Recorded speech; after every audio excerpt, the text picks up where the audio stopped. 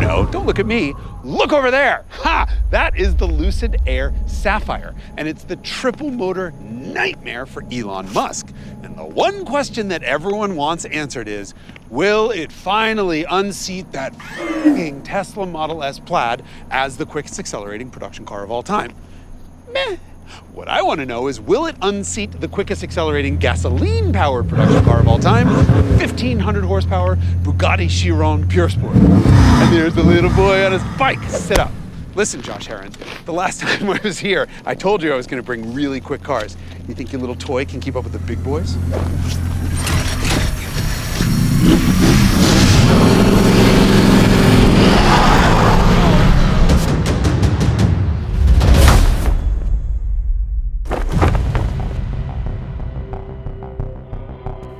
35 years ago, when most of the German auto industry made an agreement to limit their cars to 155 miles an hour so that wide open sections of Autobahn would be safer, the fastest car in the world could accelerate to 116 in the quarter mile. Within just a quarter of a mile, each of the cars here can get to that 155 mile an hour German speed limit. Hell, they can all do 60 miles an hour by the time they get to the end of your driveway. Literally. Cars as fast as the Tesla Model S Plaid can get you kicked out of a drag strip for not having a roll cage, a full-face helmet, competition license, or even parachute. Okay, these cars aren't just fast. Racing against other cars is like racing a stealth bomber against a tricycle. The last time we raced a Plaid, we included a BMW M5 and gave it a 70 mile an hour starting advantage. And the Tesla still won, but the Lucid Air Dream Edition didn't. And so we're back with an engineering prototype Lucid Air Sapphire. This is mechanically identical to the car that's about to go into production, so if the Lucid loses here today, well, the Lucid engineering team loses their job. With an additional rear motor, 1,200 plus horsepower, and grippy Michelins, the Sapphire can finally go head-to-head with the triple motor, 1,020 horsepower Tesla Model S Plaid.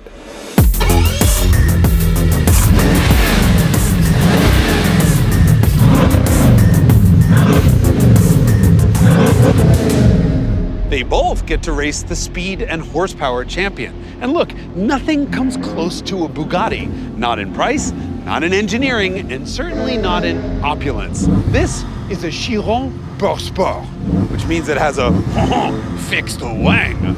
It also has Cup 2R tires, no sound deadening, and shortened gear ratios, to say nothing of the 1,479 horsepower. So now we race.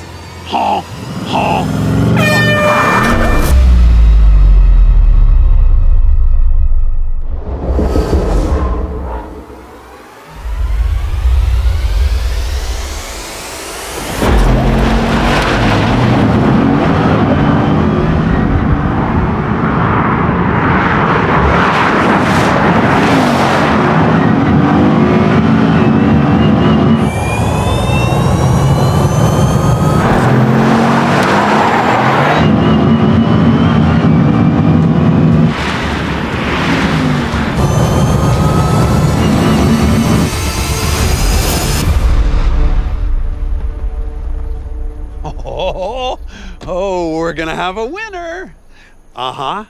This is gonna be a production car world record, because that is a 9.1.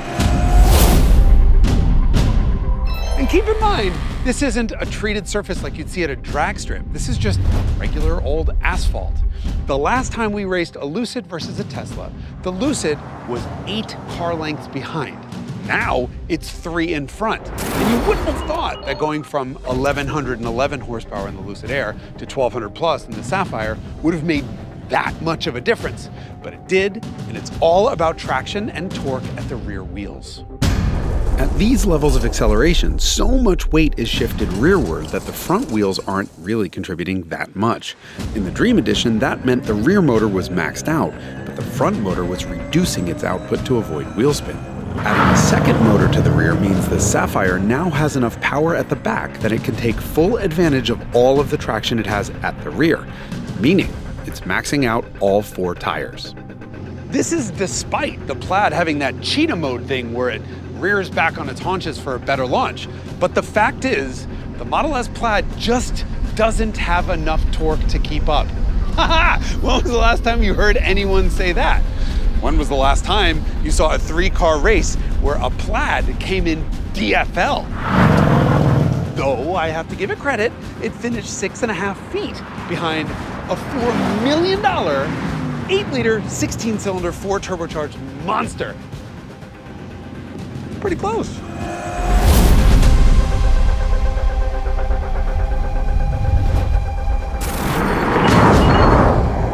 If you think the Chiron's slow 0 to 60 is because it's slow off the line, oh, think again. It's violent. The thing revs the engine, dumps the clutch, and does a four-wheel burnout. It's brutal.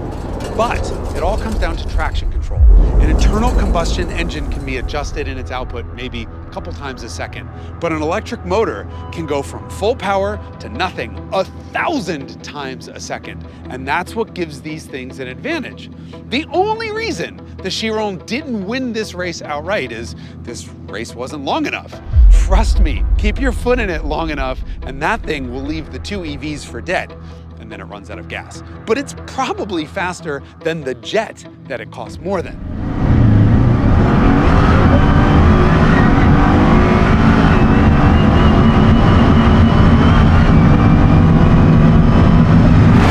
Well, it's settled then. 2 5-passenger sedans can beat or tie the world-beating carbon-tubbed 8-liter 16-cylinder quad-turbo French king of speed. So as far as quarter-mile drags go, I guess this was the final nail in the coffin for internal combustion. Holy shit, no it's not. We brought that motorcycle.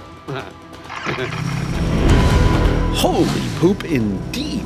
Because the last time we raced a car against the Ducati Panigale V4 SP2, it was against a Corvette Z06, and the bike left the car for dead. But Moto America Supersport champion Josh Herrin thought there was a little more left in the bike. So Ducati has come back with some suspension tweaks and clear guidance from corporate. Do not be easy on the clutch. Beat that Lucid for the lure of gasoline.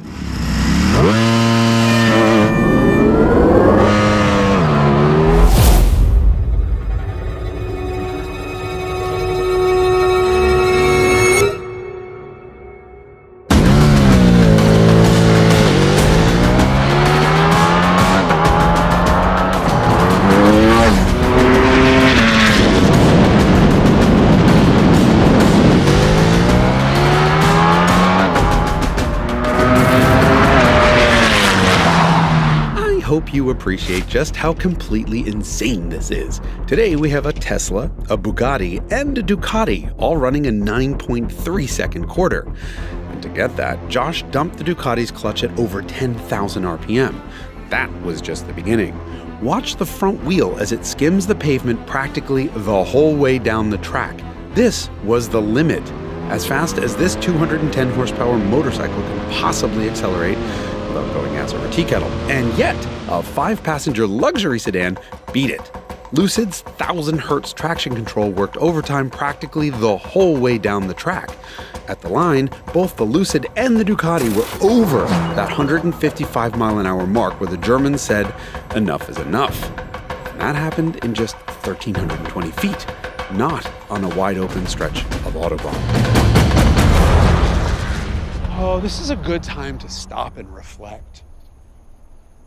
Because the sun went down and the track is closed. But really, we're at the limit. If you added more power to any of these cars, they certainly wouldn't have been any quicker to 60, and really wouldn't have been any quicker through the quarter mile.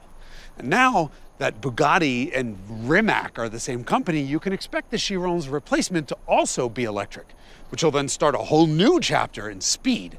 Speed may not be everything, but it's certainly something. And today that something is the Lucid Air Sapphire, which is the quickest production car we've ever seen. You couldn't even keep up with it. Yes!